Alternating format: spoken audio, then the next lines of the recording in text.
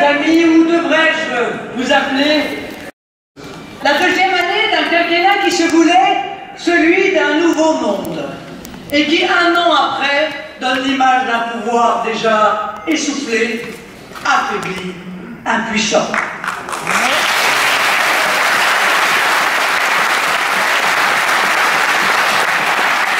Ceux qui croyaient qu'une élection présidentielle suffisait à faire le printemps, que l'élection présidentielle avait arrêté le temps et avec lui la glissade de la France vers l'abîme, tout cela doit se rendre à l'évidence. Emmanuel Macron n'incarne pas le début d'un cycle, mais la fin d'un cycle.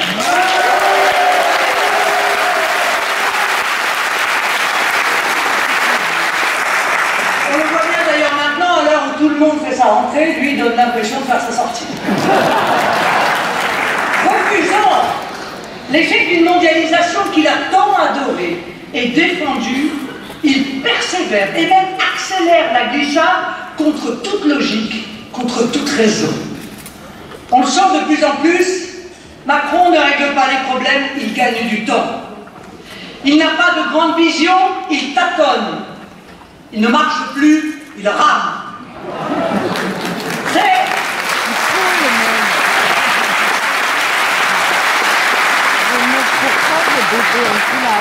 faut-il le rappeler, dans les coups durs que l'on juge des personnalités. Et il y a de quoi être inquiet pour la présidence. La piteuse affaire Benalla de police parallèle a montré, bien sûr, une drôle de conception bien peu républicaine du pouvoir, mais surtout un président fuyant, un pouvoir absent, réduit à une communication arrogante et provocatrice. La fuite en direct du ministre biodégradable Hulot a révélé les gros semblants d'un gouvernement d'inconnus et l'inconsistance d'une majorité parlementaire de fantômes. En un an, pas une seule personnalité d'envergure n'aura émergé. Pas un grand politique ne se sera imposé comme si la révolution promise par M. Macron n'avait eu aucun impact sur le renouvellement des élites. On ne fait pas un film avec des figurants. On ne gagne pas une guerre sans officiers. On ne conduit pas un pays sans une avant-garde éclairée. On ne dirige pas une grande république comme la France, seule, entourée de mercenaires de supermarchés.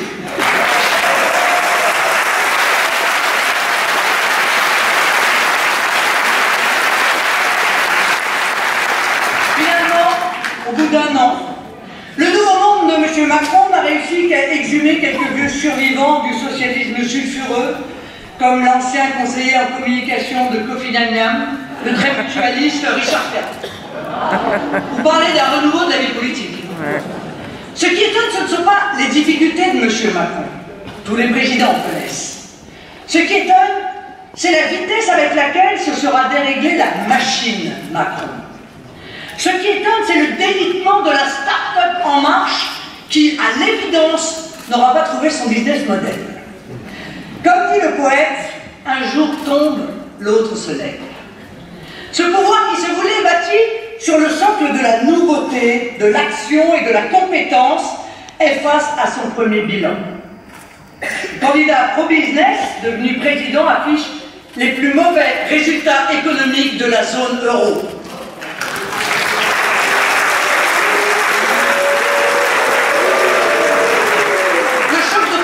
Ne s'est pas produit et la France affiche la croissance la plus faible de la zone euro avec une prévision de la Banque de France d'à peine 1,6% au lieu des 2 promis, tant d'ailleurs en 2019 qu'en 2020. La dette a explosé de plus de 40 milliards, ce qui la porte à 97,3% du PIB, soit 2255 milliards d'euros, non loin de la barre symbolique des 100% du PIB.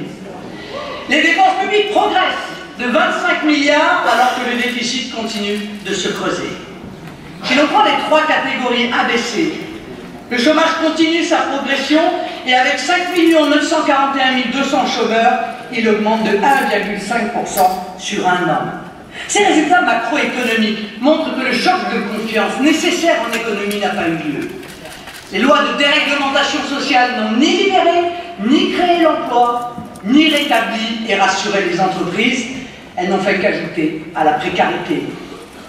Ces résultats montrent que les théories du ruissellement ou du premier de cordée, servies par le pouvoir pour justifier les cadeaux aux très riches, relèvent du raisonnement biaisé d'un banquier d'affaires. En étant totalement inefficace d'un point de vue économique, cette politique pour les très riches a eu un impact direct et lourd sur la vie de la très grande majorité des Français. C'est tout d'abord l'argent que l'on a pris dans notre poche. Le choc de croissance n'a pas eu lieu, mais le choc fiscal, lui, il fait mal. Le prix de l'essence est enflammé. Rendez-vous compte. En 2007, avec un baril à 65 €, l'essence était à 1,04 €. Aujourd'hui, avec un baril au même prix, le coût à la pompe est de 1,61 €. Et le prix du fioul domestique a fait un bond de 26% en un an. Lorsque le prix du carburant augmente dans ces proportions, cela remet presque en cause la liberté de circuler. Un gouvernement qui a fait de la mobilité une obsession, c'est cruel. Le gaz a augmenté de 7,45% au 1er juillet. Je rappelle, c'est un tarif réglementé. À ça s'ajoute la hausse et les conditions drastiques du contrôle technique, l'augmentation du prix du timbre, l'augmentation du prix du tabac, qui verra en 2020 le paquet à 10 €. Et ce sans compter la future redevance télé qu'ils souhaitent faire payer à tous, y compris à ceux qui n'ont pas la télé.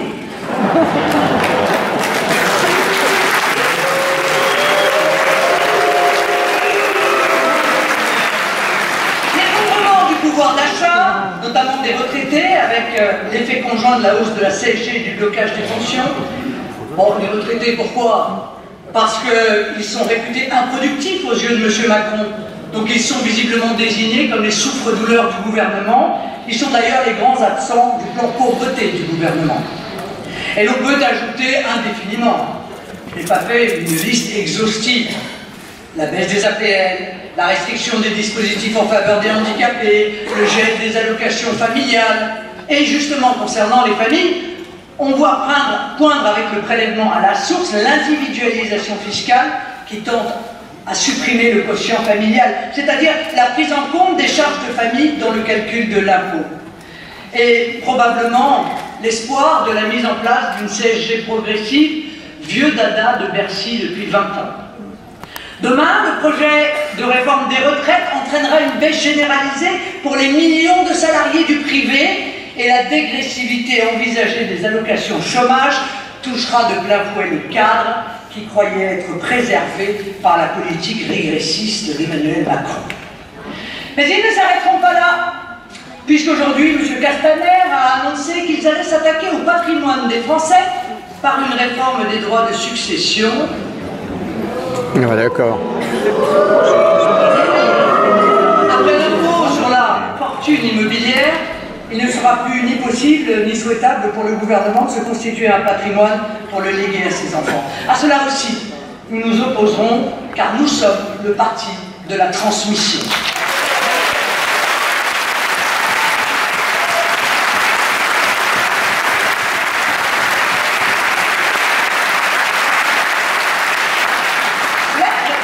En difficulté, ça coûte un pognon dingue, nous dit M. Macron devant sa vaisselle à 500 000 €.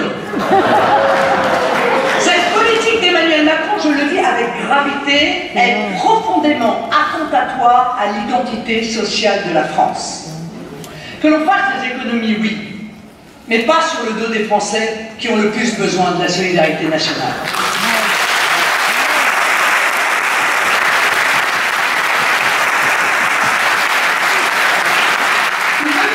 On va lui en donner. Faire des économies, c'est arrêter le puissant fond de la prise en charge de l'immigration. Le pognon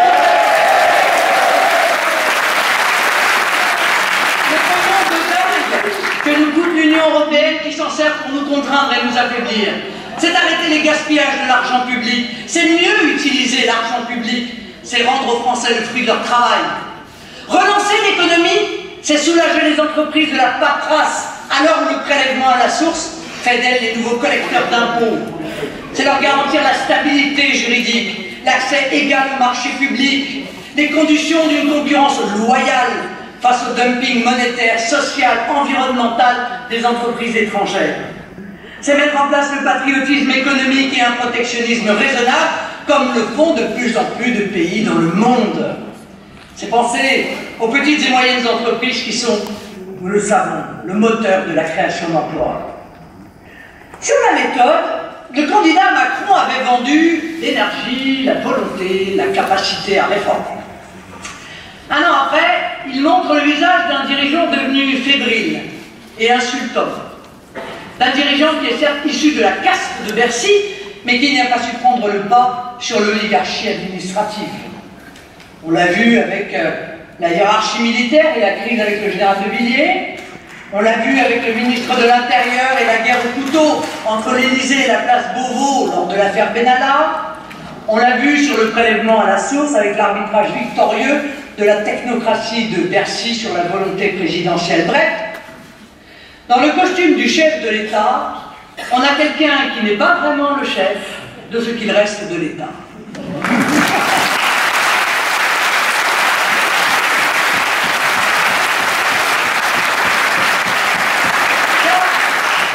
Le premier devoir de l'homme d'État aurait été de restaurer l'État et de le mettre au service de la volonté du peuple démocratiquement exprimée. En un an, il n'a pas redonné à l'autorité politique la main sur un État qui semble ne plus fonctionner que par lui-même, en dehors de toute décision démocratique. C'est là davantage qu'un échec, c'est une faute. Même la volonté de rendre à la fonction présidentielle sa dignité s'est fracassée sur la relégation de l'Élysée en boîte de nuit transformiste et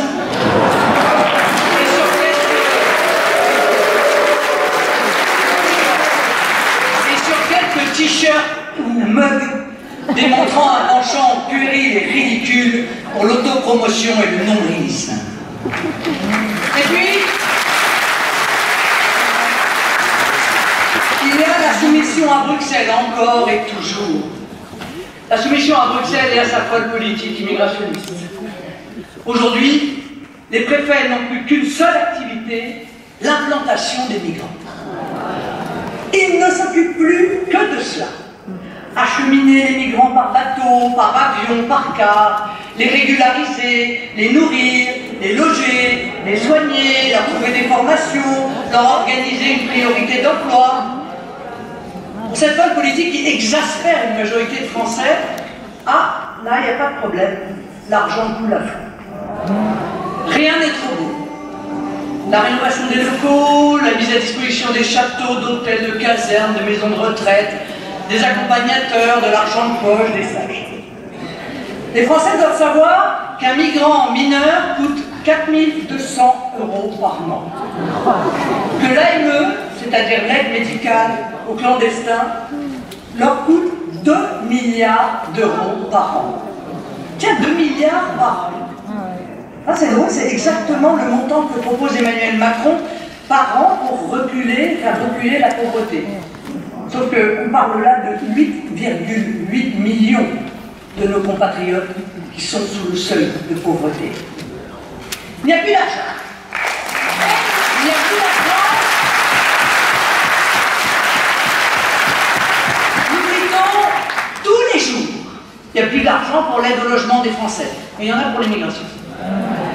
Il n'y a plus d'argent pour le pouvoir d'achat des retraités, pour les handicapés ou pour les familles, mais il y en a pour l'immigration. Il n'y a plus d'argent pour équiper la police, mais il y en a pour l'immigration.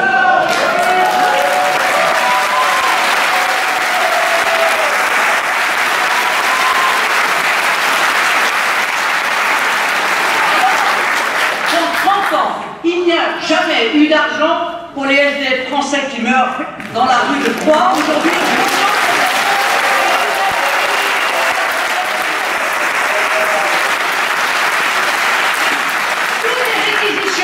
et même le logement de migrants chez les particuliers donne lieu à un subventionnement.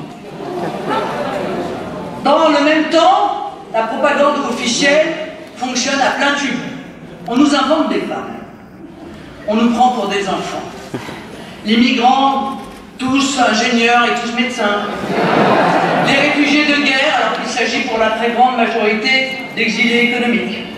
Les prétendues migrations familiales, alors qu'il suffit de voir les embarcations pour comprendre qu'il s'agit de jeunes hommes d'une vingtaine d'années qui rentrent en masse en Europe.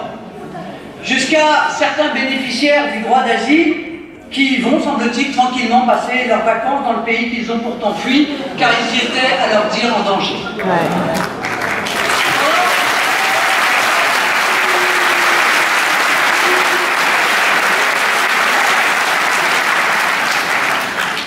Pendant ce temps, probablement de vrais persécutés, seront laissant de voir l'escroquerie qui est devenue la procédure d'asile, eux qui méritent la protection. Ce que nous vivons, mesdames et messieurs, c'est la submersion de l'Europe et la submersion silencieuse de la France. Cette folle politique s'incarne dans le sort réservé à Château-Double, petit village à 1 heure d'ici. Un village où nous avons réuni 30% de voix au premier tour de la présidentielle et 45 au second. Ce village, au beau nom issu du Moyen-Âge, joyau du patrimoine varois qui domine des gorges majestueuses et verdoyantes, se voit contraint par décision préfectorale autoritaire d'installer 72 migrants sur 477 habitants. L'été! J'ai tenu à me rendre moi-même accompagné de vos élus de la région, David, Frédéric, Philippe et beaucoup d'autres. Au milieu de ces pierres dures et éternelles que des siècles ont montées et qui se confondent encore aujourd'hui avec la montagne. Au milieu de ces façades sculptées de rose-croix qui nous parlent encore de la tumultueuse histoire des Templiers gardiens de la Dracénie. Sur ces sentiers caladés qu'empruntent les promeneurs, je suis venu dire des vérités, dire tout simplement la vérité. Je suis venu dire à tous les habitants de ces villages dans notre pays qui vivent la même chose que j'étais à leur côté.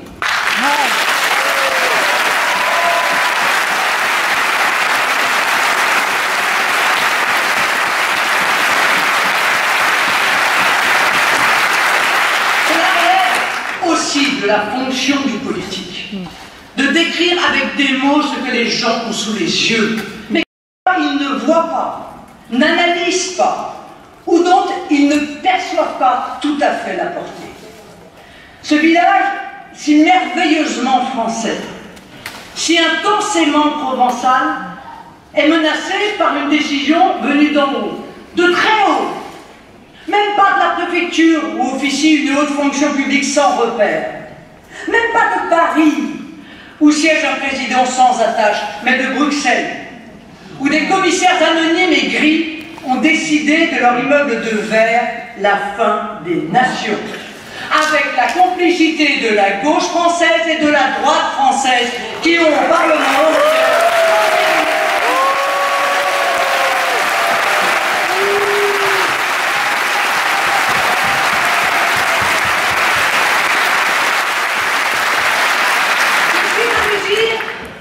à tous ceux qui ne savent pas que ce qui se passe dans un charmant endroit comme Château-Double se passe partout en France, dans des dizaines de villes, dans des dizaines de nos villages. Saint-Macaire, Arès, Laréole, Langon, Decazeville, Change-de-Bretagne, Saint-Georges-de-Rimbaud, Pellevad, Saint-Éloi-les-Mines, Bray-sur-Seine, Aunay-le-Château, Chambon-le-Château, etc., etc., etc. Ces décisions autoritaires n'ont été concertées ni avec la population, ni avec la région, ni avec les élus. Elles ont été prises en catimini par le préfet. Ce sont des décisions honteuses, à tous les titres, tellement honteuses que les préfets les exécutent de nuit, en faisant venir les migrants par petits groupes. Non seulement nous vivons une submersion, mais une submersion honteuse et silencieuse. Ce qui domine dans cette affaire, tout d'abord, c'est la légèreté de décisions administratives inconsidérées, irréfléchies, irresponsables. C'est le mépris par les pouvoirs publics des équilibres démographiques objectifs. C'est le mépris des gens. C'est le mépris de l'identité de nos pays sacrifiés à une folle vision idéologique. Cela se résume en une formule. Aujourd'hui, l'État joue contre la nation.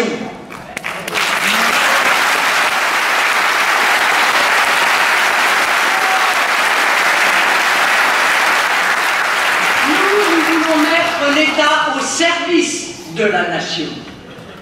Ces villages volontairement réquisitionnés pour accueillir des migrants, sans le vouloir, sont devenir le symbole d'un phénomène d'ampleur européenne, qui emporte des drames humains que je ne veux pas éluder et qui font partie du problème.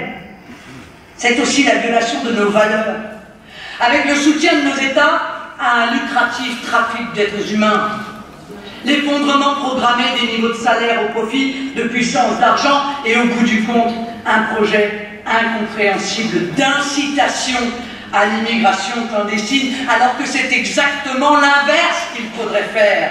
Une politique dissuasive d'immigration en faisant ce choix, le nombre de migrants arrivés en Italie depuis l'arrivée au pouvoir de Matteo Salvini a baissé de 65%. Bravo! Bravo!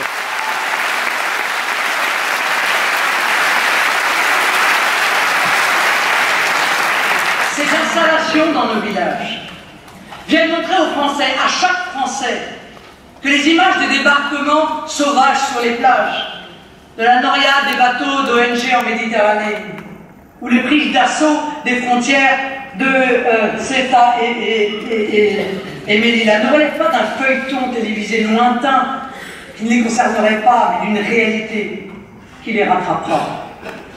Ces villages que je vous ai cités disent qu'aucun coin de France, même le plus reculé, même le plus sacré, n'est plus à l'abri. On finit par s'interroger à quand les migrants dans le château de Versailles.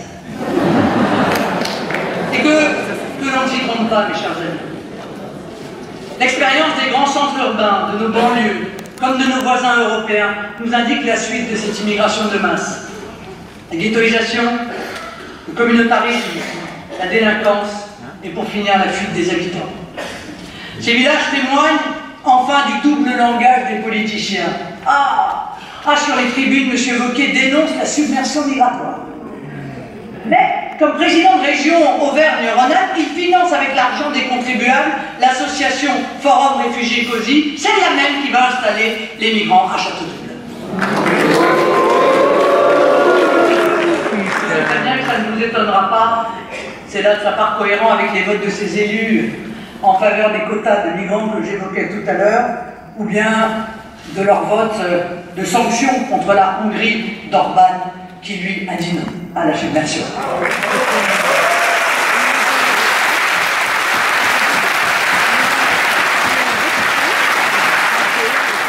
Alors on n'en finit plus de s'interroger.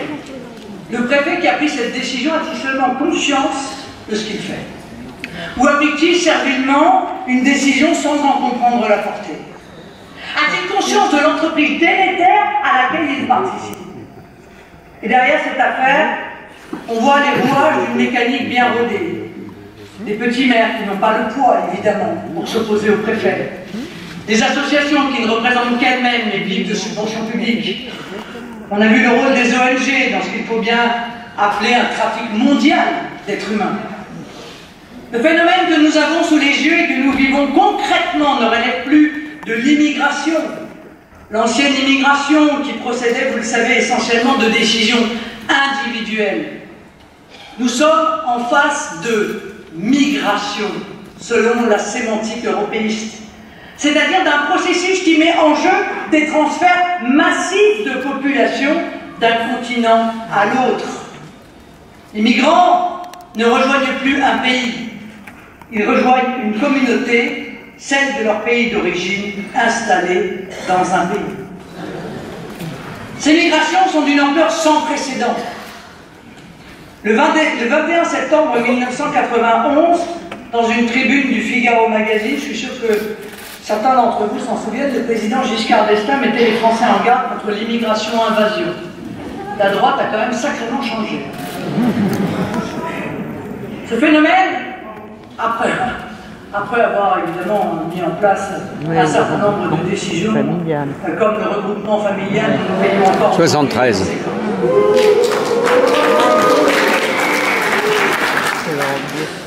Ce phénomène, il possède trois caractéristiques. Cette submersion est issue d'une décision politique formelle des dirigeants européistes. On peut même d'ailleurs la dater exactement, comme le regroupement familial en France, qui le 29 avril 1976 a changé la nature d'une immigration de travail à une immigration familiale. Le coup d'envoi de la politique de migration date du 5 septembre 2015, le jour où la chancelière de l'Union européenne, Madame Merkel, a déclaré grande ouverte les portes de l'Europe. C'est peu de dire qu'avec nous, la politique migratoire de l'Europe changera, et c'est évidemment un des grands enjeux des élections européennes. Deuxième caractéristique, cette submersion est organisée méticuleusement. Alors je le dis aussi clairement, avec nous, l'Aquarius n'accostera plus sur les côtes françaises.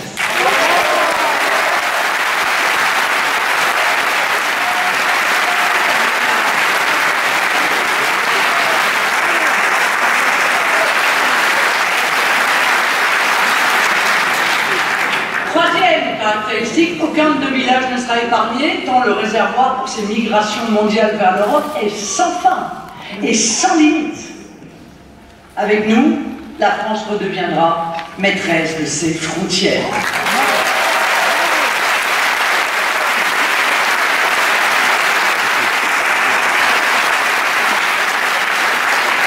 Mes amis, jamais dans l'histoire des hommes, nous n'avons vu de peuple qui organise ainsi volontairement la submersion irréversible de son territoire.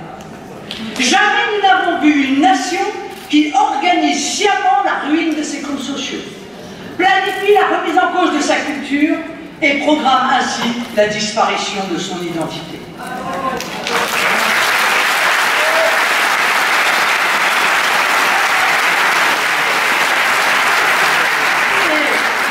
Le déni est de mise. J'ose dire que cette déferlante aggrave encore les problèmes de sécurité.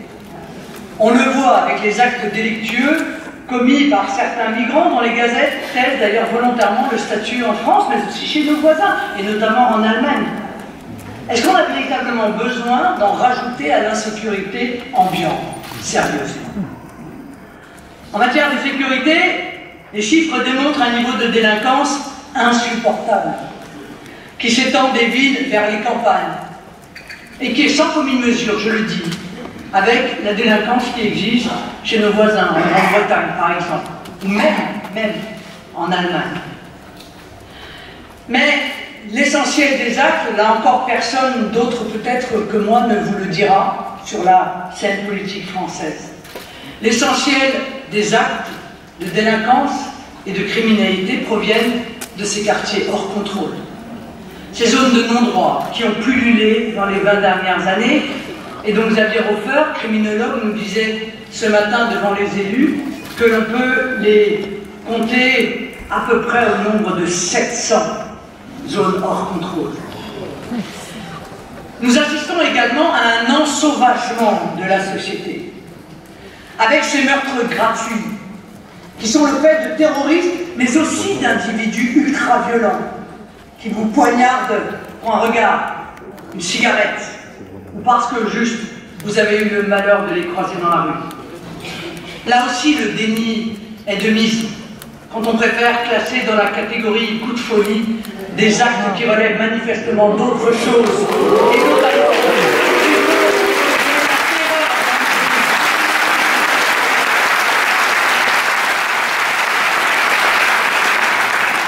bien sûr que cette délinquance et cette criminalité est une forme de terrorisme domestique, de terrorisme du quotidien.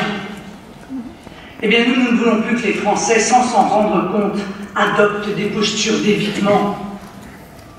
Nous ne voulons plus qu'ils changent leur mode de vie, descendent des trottoirs, baissent les yeux, évitent des rues, des quartiers, adaptent leurs heures de sortie, leurs habitudes vestimentaires, à cause de cette pression odieuse quotidienne.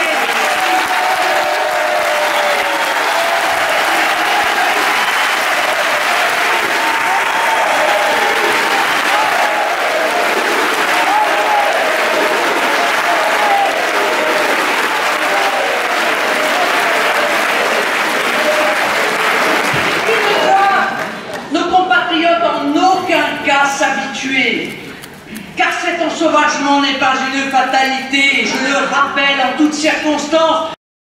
si l'un de ses enfants rayonnant de vie ne va pas trouver la mort pour une broutille lors d'une sortie. Cette France orange mécanique, nous n'en voulons pas. Non.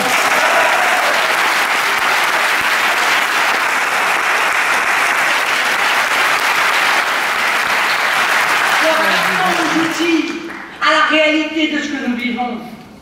Nous appelons à la répression très sévère des ports d'armes prohibés, de couteaux qui ne font aujourd'hui l'objet que de rappels à la loi. Nous appelons à la tolérance zéro, notamment pour les agressions gratuites, qu'elles touchent d'ailleurs les citoyens, les personnels soignants des hôpitaux, les médecins urgentistes, les policiers ou les pompiers.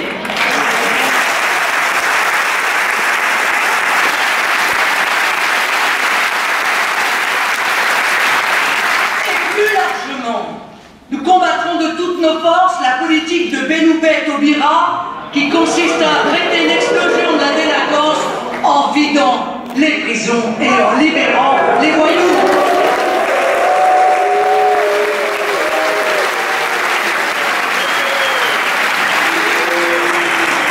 On le voit dans le nouveau monde de M. Macron, on n'en a pas fini avec le poison de la culture de l'excuse.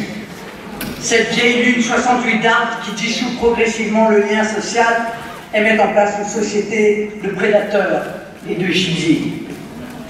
Oui, nous affirmons que la délinquance n'est pas seulement une atteinte à la liberté des personnes, mais une atteinte à leur dignité. Et qu'à cet égard, toute tolérance pour les criminels n'est pas acceptable. La tâche est immense, mais je veux vous appeler à l'espérance. La grande bataille des Européennes qui s'ouvre peut tout changer. À nous d'être au rendez-vous que l'histoire nous fixe. Nous sommes comme la Ligue italienne de Matteo Salvini, ou le FPO autrichien de Hans-Christian Strache, dont je salue les représentants ici présents.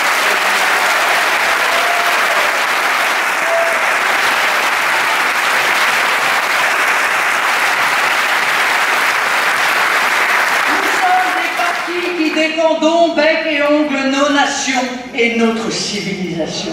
Nous vivons chacun dans notre pays pour quelque chose de supérieur, quelque chose qui dépasse les simples contingences politiques.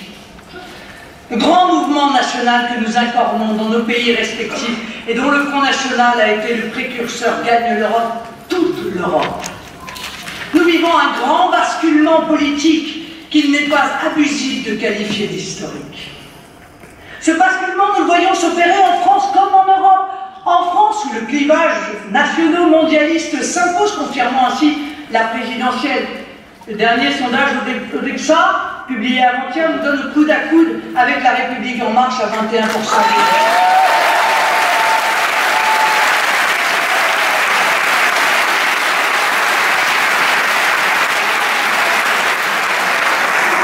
Emmanuel Macron nous a dit de venir le chercher, nos électeurs lui répondent immédiatement, on arrive.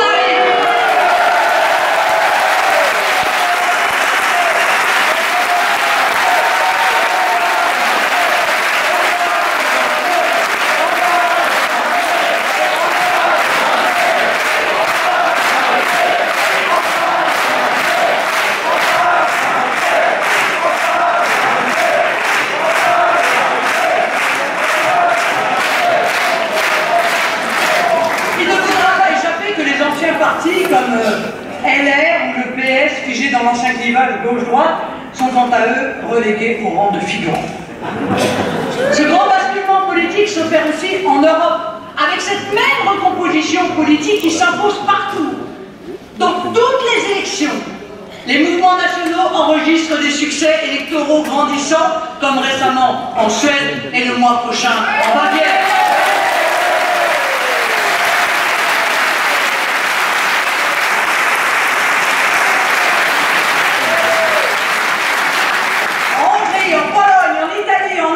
Nos idées sont déjà au pouvoir.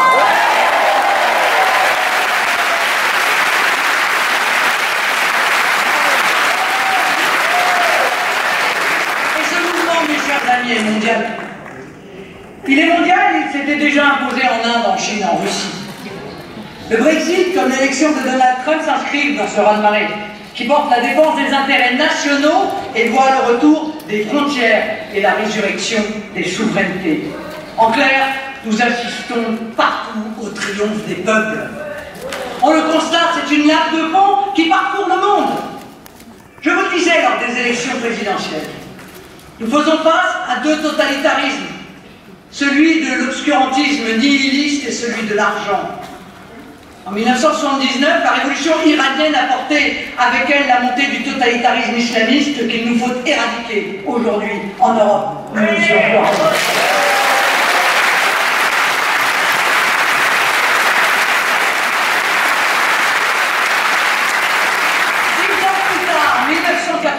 La chute du mur de Berlin, moment de joie intense pour les défenseurs de la liberté que nous sommes, a donné le sentiment au capitalisme sauvage qu'il avait gagné et qu'il n'y avait dès lors plus de limite à l'affairisme, poussant le consumérisme et le productivisme jusqu'à la marchandisation du monde et des gens.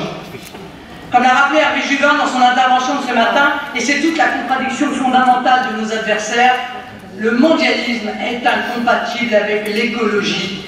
Il est incompatible avec le juste équilibre du monde.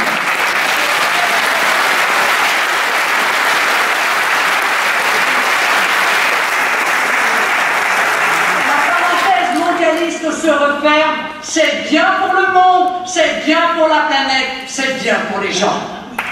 Il ne reste plus M. Macron pour croire que le projet mondialiste est viable et que l'Union européenne, qui en était l'instrument, aurait un avenir.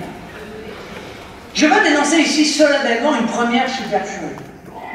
L'Union européenne, ce n'est pas l'Europe. L'Union européenne, c'est une construction idéologique. C'est une institution dirigée par un pouvoir anonyme qui gère de manière centralisée un espace non délimité qui peut aller jusqu'à la Turquie ou le Maghreb. Un espace qui ne se raccroche à aucune histoire, aucune racine, aucune tradition, et un espace qui n'a en réalité aucune force ni puissance et d'autre avenir que la dissolution dans un magma mondial. Pour résumer, l'Union européenne nuit gravement à l'Europe.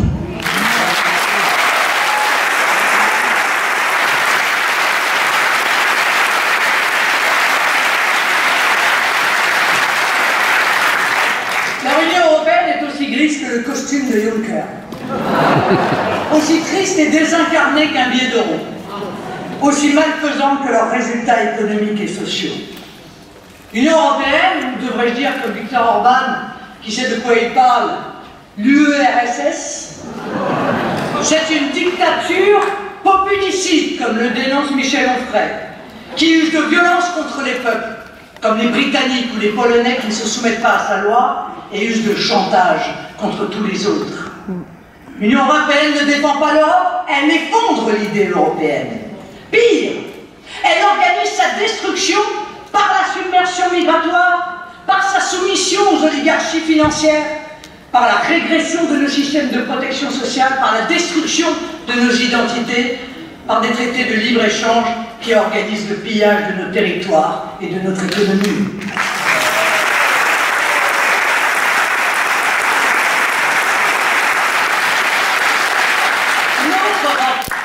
Notre Europe est vivante. Elle n'a pas 60 ans, mais vient de la nuit des temps. Elle regarde vers Athènes et vers Rome, de ses racines chrétiennes, de son siècle des Lumières, de son histoire plurimillénaire. Elle puise ses valeurs de civilisation.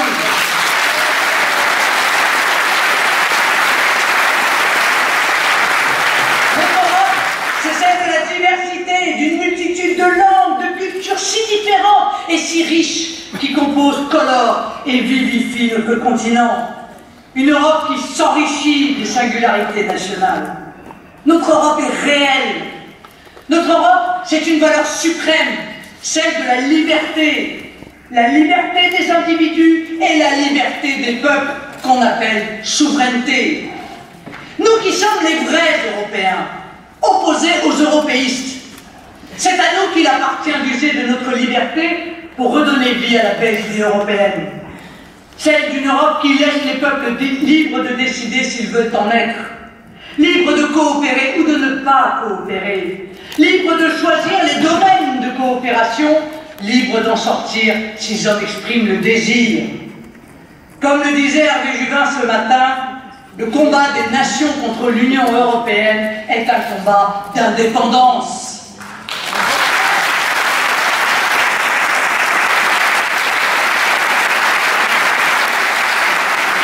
Ce sont les nations qui vont reconstruire et sauver l'Europe. Ce que nous vivons, c'est ce qu'évoquait déjà Victor Hugo. La grande guerre des patries, la chute immense des tyrans. Ce projet qui fera face au projet de l'Union européenne, nous l'appellerons l'Union des Nations européennes. Le 26 mai, ce sera l'Union des Nations européennes contre l'Union européenne. Les nations contre la Commission. Le passage de l'UE à l'une se fera selon un calendrier et des modalités techniques, juridiques, diplomatiques et politiques décidées par la nouvelle Assemblée. La vague nationale qui monte va prendre toute sa force durant les 8 mois qui nous séparent des élections européennes pour balayer de sa puissance ce monde ancien.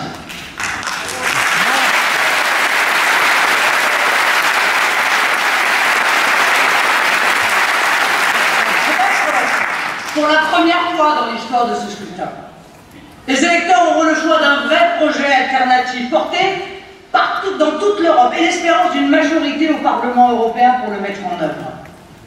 La campagne, nous entendons la mener en liaison avec nos alliés européens du groupe des Nations et des Libertés au Parlement européen. Des alliances pendant la campagne et des convergences une fois élus. Aujourd'hui, ce n'est plus nous qui sommes isolés, c'est eux. C'est Mme Merkel qui perd du pouvoir chaque jour davantage. C'est le titubant M. Juncker. Et c'est Emmanuel Macron, le président funambule, qui marche sur le vide. C'est Tsipras, l'allié de Mélenchon, qui se couche, et Salvini, notre ami, qui se lève.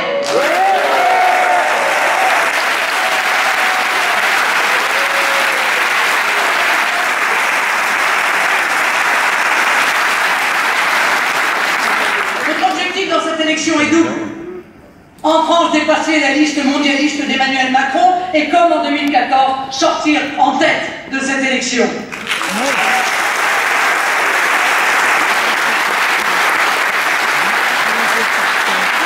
En Europe, constituer avec nos alliés et les autres groupes anti-européistes une majorité pour rompre avec la déliquescente Union européenne et s'acheminer vers une coopération des nations respectueuses de leur diversité et de leur identité propre. Vous le voyez, les amis, nous sommes loin des petites ambitions électoralistes des défenseurs d'un système qui vit ses derniers moments. Notre liberté, nos nations, notre civilisation, notre Europe, la vraie, voilà nos combats. Et ces combats gagnés, nous retrouverons la sécurité pour nos peuples, la fierté d'être ce que nous sommes et un avenir pacifié et serein pour nos enfants.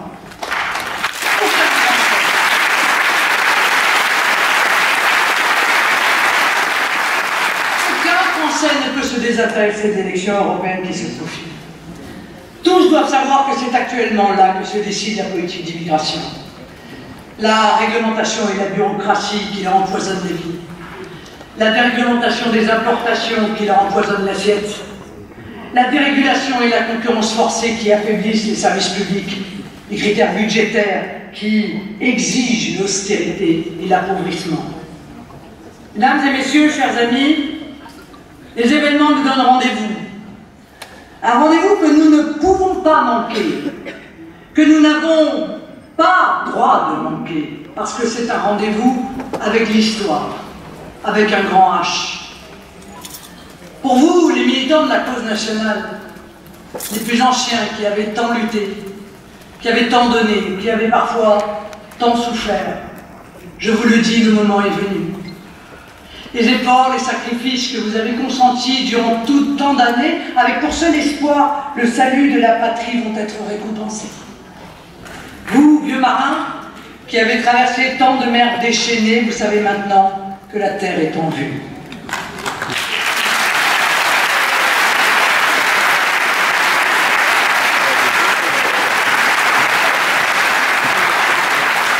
Avec les plus jeunes qui nous ont rejoints, nous allons avoir la chance de vivre un moment historique, Un moment où chacun d'entre vous va rencontrer son destin.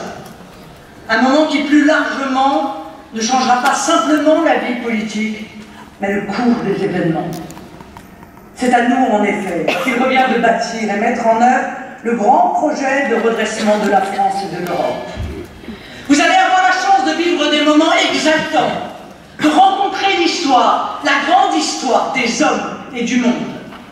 C'est à cette formidable aventure humaine qui va nous unir dans ce grand et beau combat pour la patrie que j'appelle tous les patriotes. Tous ceux qui veulent participer à cette belle et fraternelle aventure qui s'appelle la France.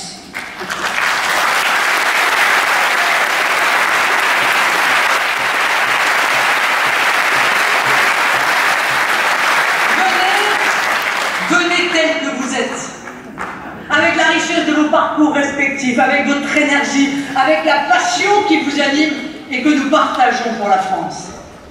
À l'image des soldats de l'an 2, ces vains nu-pieds marchant sur le monde ébloui, notre armée pauvre matériellement, mais riche humainement, portée par un idéal de justice, portée par l'amour du pays et la fraternité qui nous lie indéfectiblement au peuple d'Europe. Mes amis, l'histoire nous appelle, nous lui répondons, on arrive, vive l'Europe, la vraie, et vive la France!